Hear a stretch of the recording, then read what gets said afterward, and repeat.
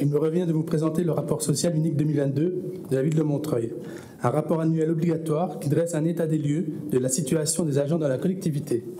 Le travail statistique mené par la réalisation de ces rapports peine toutefois à donner du corps à toute l'activité des agents, à leur réalisation aux politiques de ressources humaines et mise en œuvre. C'est une limite de ce rapport qui a d'ailleurs été soulevée au comité social territorial et que nous nous efforçons de gommer dans les prochaines éditions pour donner plus d'âme à ce document et remettre les évolutions de ces statistiques en perspective. L'élément le plus discuté lors de la présentation du document dans CST a été la progression du nombre de contractuels permanents dans nos effectifs. Ce que nous déplorons aussi, bien du côté des représentants des salariés que des représentants de la municipalité. Cette situation est due à plusieurs facteurs. En premier lieu, des rapports de mise en stage pendant la période du Covid, les agents n'ayant pas pu suivre leur formation. Prévu toutefois de nouveaux plans de titularisation engagés en septembre 2023 devraient permettre d'augmenter de 180 personnes le nombre de titulaires de notre collectivité. Depuis août, on titularise 10 agents par mois, soit 50 à ce jour. Donc il ne nous reste plus que 130 vacataires, donc on fait baisser le chiffre, c'est important.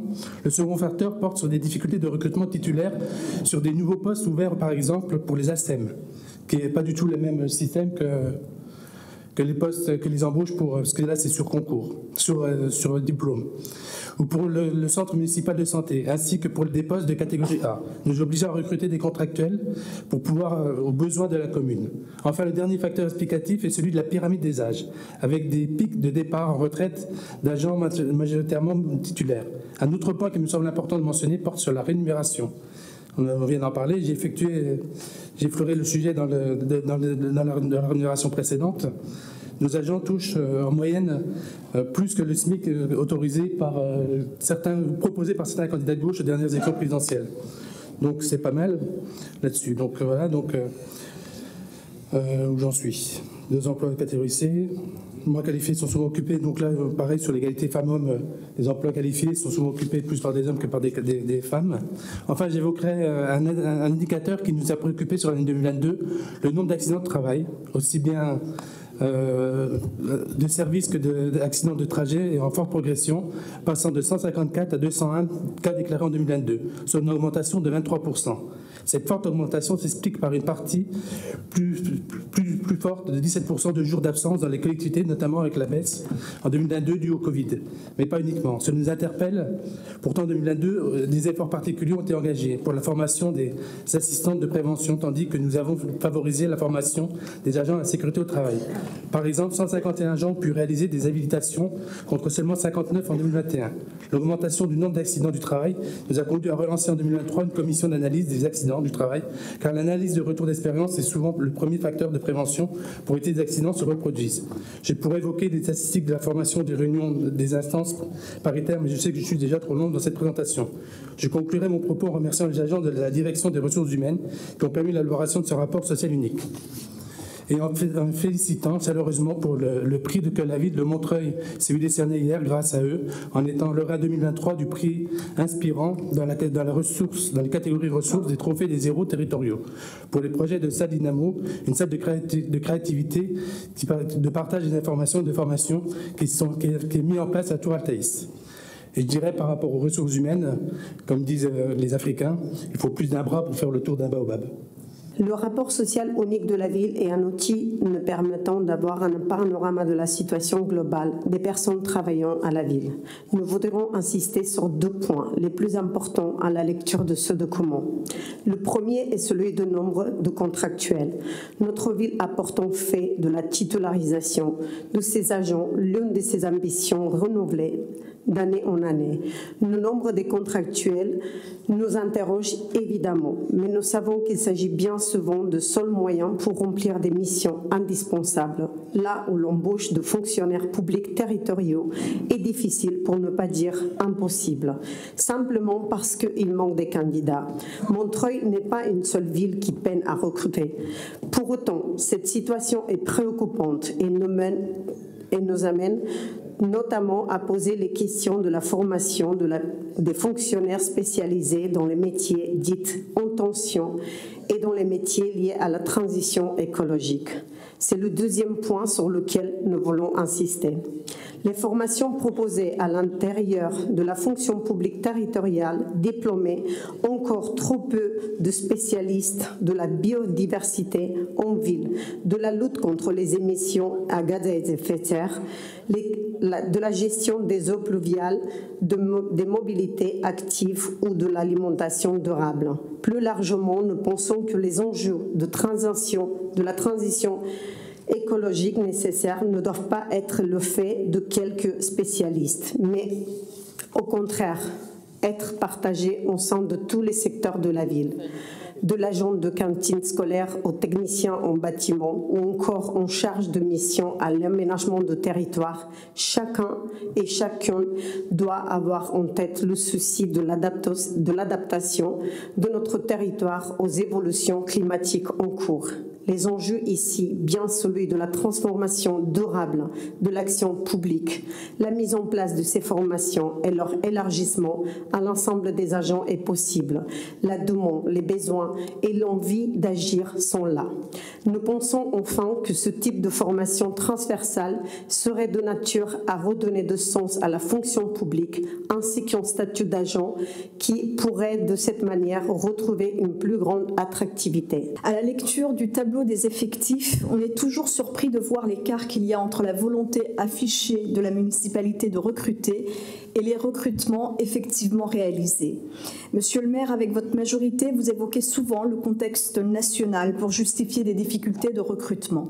Sans vouloir nier ce facteur exogène, la lecture attentive de ce rapport social permet aussi de comprendre les grandes difficultés qu'il y a dans la gestion des ressources humaines à la ville de Montreuil.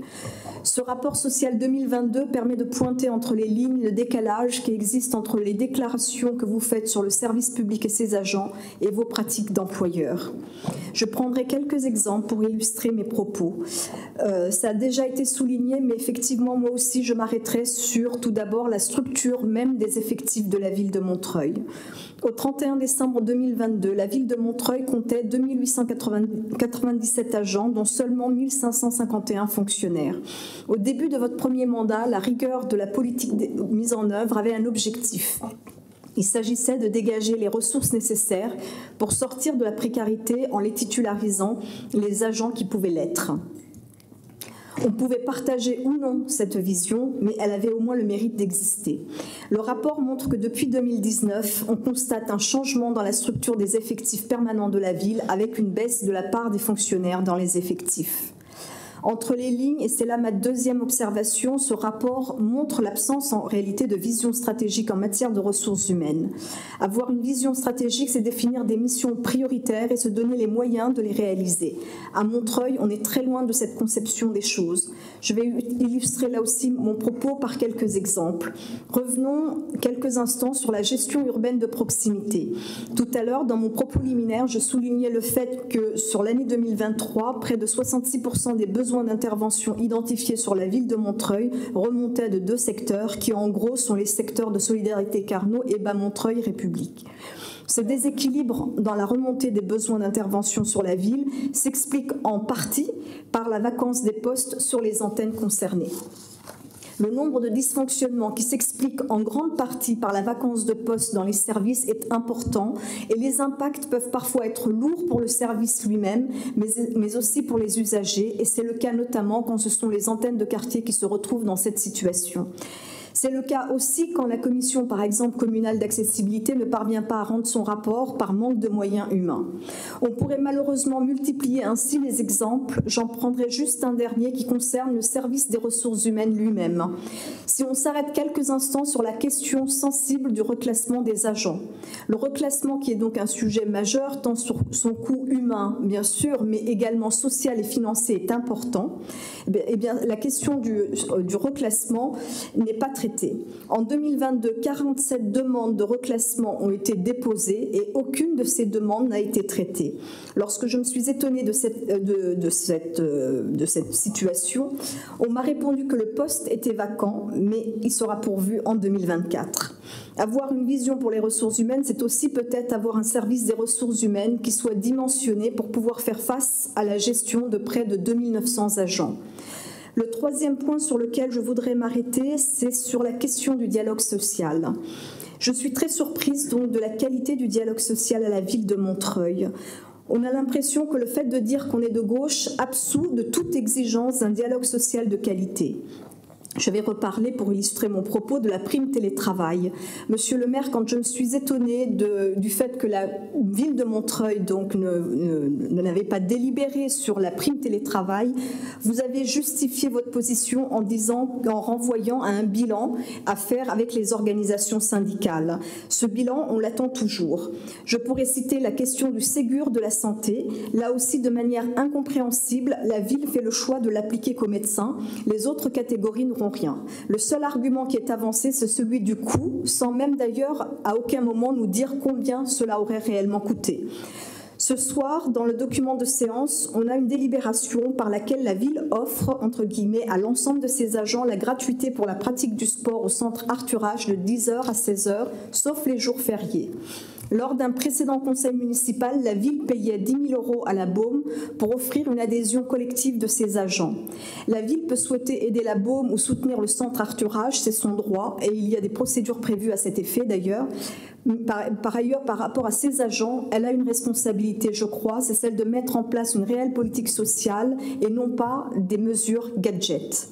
Les flottements au niveau de votre politique des ressources humaines sont préjudiciables aux agents et l'impact au niveau des usagers se fait sentir. Il y a, je crois, là aussi urgence à changer de méthode. Au global, il fait état d'un personnel communal fort, quelle que soit la catégorie d'emploi, fonctionnaire ou contractuel. On observe une surreprésentation des femmes par rapport aux hommes. Si on peut s'en féliciter, il faut quand même faire le constat que les femmes sont, hélas, aussi plus nombreuses sur les statuts les plus précaires. Et nous attirons l'attention sur la pente glissante de la contractualisation en augmentation en 2022 et donc très féminisée. 67% de femmes contre 33% d'hommes. De plus, sans surprise, les métiers eux-mêmes sont extrêmement genrés. 95% d'hommes au service atelier, 93% au service garage contre 82% de femmes à la propreté des bâtiments. Nous appelons à une action renforcée pour préserver l'emploi public et le statut de la fonction publique territoriale dans notre collectivité.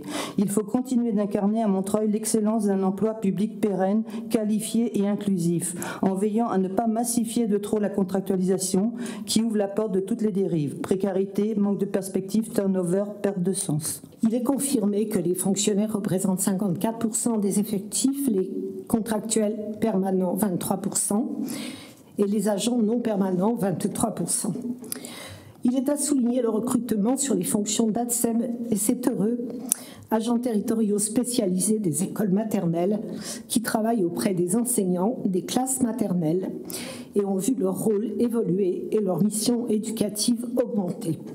Depuis 2021, 15 postes supplémentaires à chaque rentrée scolaire ont été créés malgré la difficulté de recrutement dans les métiers en tension pour répondre à un besoin évident.